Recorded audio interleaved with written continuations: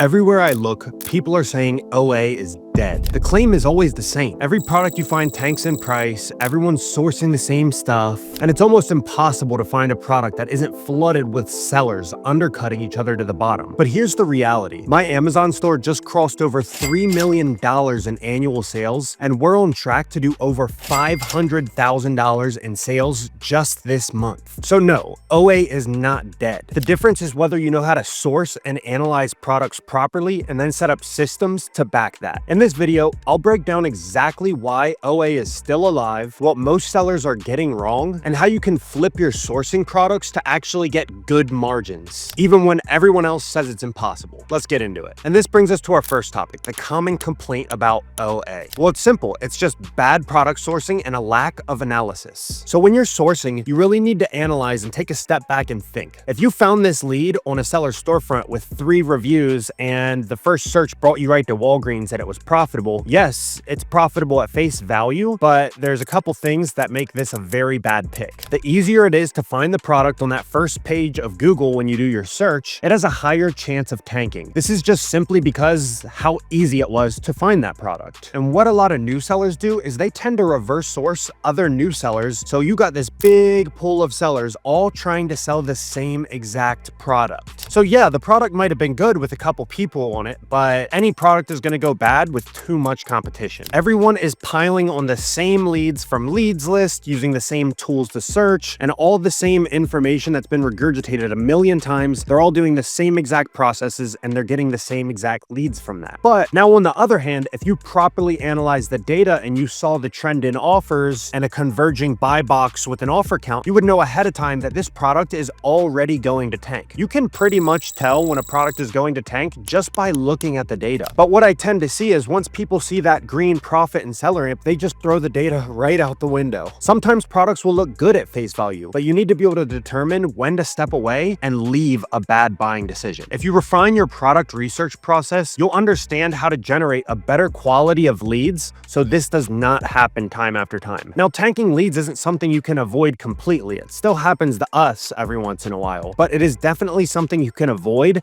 and mitigate so you aren't risking money every single month and you're not confident with what you're buying. Remember, this is all a data and numbers game, so most of this stuff is predictable. Now, this brings us to point number 2. I have proof that OA still works. In my Amazon FBA business, I'm currently 90% online arbitrage, and then we have some wholesale buys on the side, but 90% of this is online arbitrage. We've already done over 3 million in sales this year, and we're currently scaling from about 300 to 500,000 in sales every single month. Now, OA is not the same as it was 2 years ago when I first started Amazon. OA is constantly changing and you need to adapt. Sourcing methodology has changed, strategy has changed, systems have changed. This is a constant evolving game. Now, OA will continue to produce consistent profits, but only if you adapt. You cannot be using the same systems and strategies that worked in 2023 and 2025. It's just not going to work. With policy changes, fee structure changes, the way you can source products, this stuff is always changing and you need to stay on top of it. And guys, the data doesn't lie. These results prove that this model works. And yes, I know there are gurus out there pushing wholesale, private label, and they'll bash online arbitrage and say it doesn't work. Now here's a news flash. They're just telling you that so they can sell you their course. They'll try to tell you you're going to get Section 3'd, Amazon doesn't accept retail invoices, you won't be able to get ungated. But the facts are, I've figured out systems and processes to get through all of these troubles that they keep trying to bring up and attack you with. If you're getting value so far, go ahead and hit the like button. It helps our channel grow. And if you want me to personally walk you through how I source and analyze products step by step, go ahead and click the link in the description to apply for my one-on-one coaching program. Now this brings us to number 3, the fix, better sourcing and analysis. What this means is using Keepa and doing deep product analysis. Don't just scroll down to the Keepa for 5 seconds to say, oh, this looks good. No, we need to break this down and spot trends in the data so we can potentially avoid mistakes or identify a real winner. Getting good at Keepa Keepa is going to help you spot false positives and really identify those real winners so we can make a ton of money on those. You need to be looking at your 30-day, your 90-day, your 180-day buy box prices, the average buy box price. Put all this data together, and once you compile all this data, you should be able to come to a conclusion for a good or a bad buying decision. This is what I do with me and my team. We analyze every single product with every best and worst case scenario so we can come to a conclusion and make profitable buys. You should not be blindly spending your money just because SellerAmp says it sells 500 times a month and it's 100% ROI. That can easily be a false positive and turn to a loss real quick. And to be honest, I wouldn't even buy products until you understand Keepa, because Amazon FBA is not a game where you lose. It's all data driven. So what this means is if we understand the data, we're almost never going to lose money or make a bad buy that is in our control because we understand how that data will play out. And with online arbitrage, you're not going to be focusing on these replenishable products that people talk about. Replenishable products are all wholesale. Now, you will find a couple replens here and there with online arbitrage, and they're nice to have, but think of it this way. If you can go to Walmart and find a product for the same price month after month after month, and it sells on Amazon for that same price month after month, it's good, but it's also available to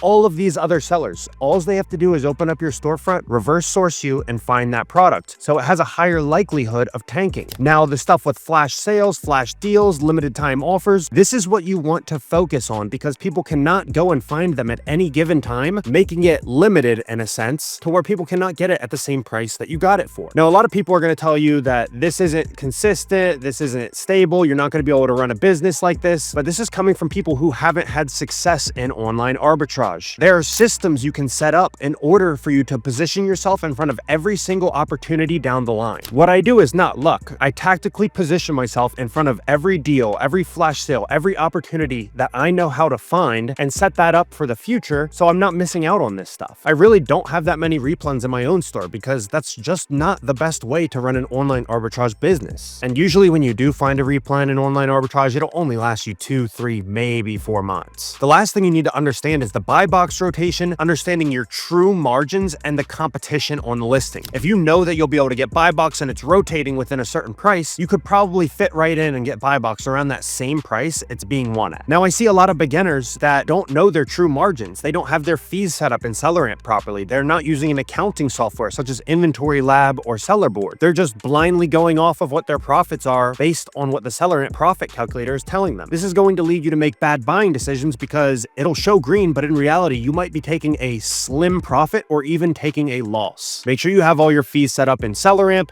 and you're properly running this through an accounting software so you know how much money you are truly making. And for competition, a general rule of thumb I like to use is 1 seller per 10 sales. So what this means is if I see 100 sales per month on a listing, I don't want that listing to have more than 10 offers. Now, once you have a better understanding on the data, you'll be able to analyze competition much better based on FC transfer times, who's prime available, who's FBA versus FBM, pricing, and whatnot. There's many factors that go into competition, but that's just a good general rule of thumb. We also don't want a converging buy box with converging offers. What this means is when the buy box is coming down and the offers are going up, they are converging, and once they meet, the price is only going to go down and the price will tank. So you want to look at the rate of change and how many offers there are on your listing within a given period of time. And that brings us right into number 4, the Buffett principle. So Warren Buffett once said, be fearful when others are greedy and be greedy when others are fearful. So obviously Warren Buffett is known for investing in the stock market, but what did he really mean by that quote? So when he said be fearful when others are greedy, what he meant was be cautious and avoid the hype when something is booming. You know how when everyone talked about Bitcoin, oh, it's the next best thing, and then it pulled back, and then everyone got scared at the bottom, and then when it got all the way up, everyone was like, ooh, Bitcoin again. It's the same thing with online arbitrage. Everybody was talking about online arbitrage back in 2023, and then now nobody's really talking about it. Everybody's saying it's bad, stay away, and all negative things. But then he said, be greedy when others are fearful. And what he meant by that was to take advantage of opportunities when the market sentiment is negative. And we are in that when people are fearful stage right now. People are saying, oh, it's too hard, the barrier to entry is too high, I can't get ungated,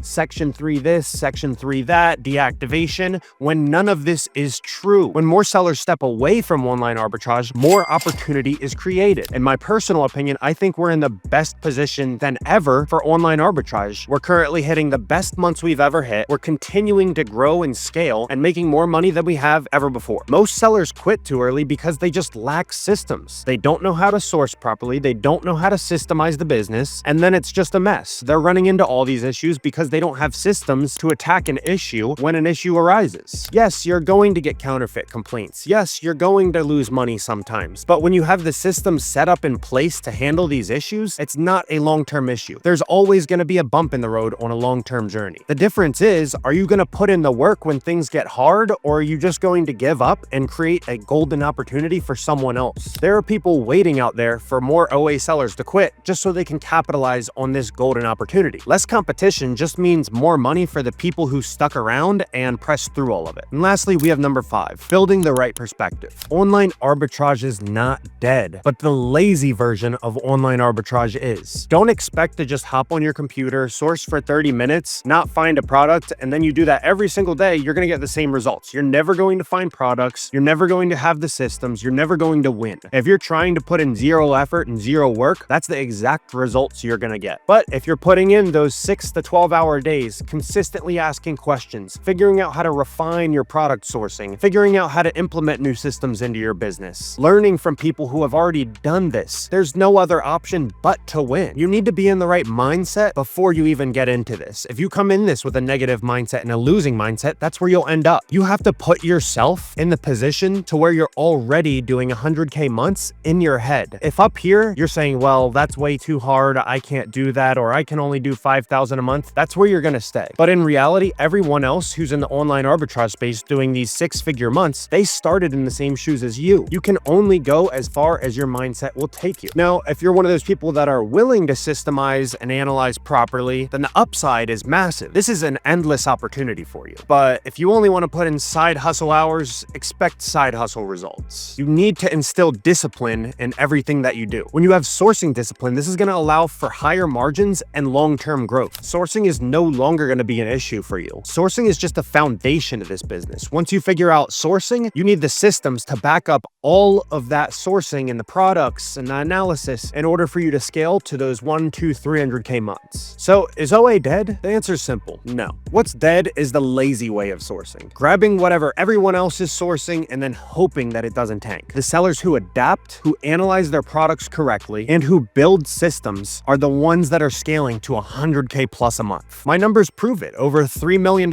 in revenue a year, and we're coming up on 500,000 in revenue in 1 month. If you want me to personally guide you through this process and help you scale your Amazon FBA business, apply for my one-on-one mentorship program in the description below. And don't forget to subscribe to the channel. I post new Amazon FBA content every week that's built on real results, not theory. Appreciate you watching, and I'll see you in the next one.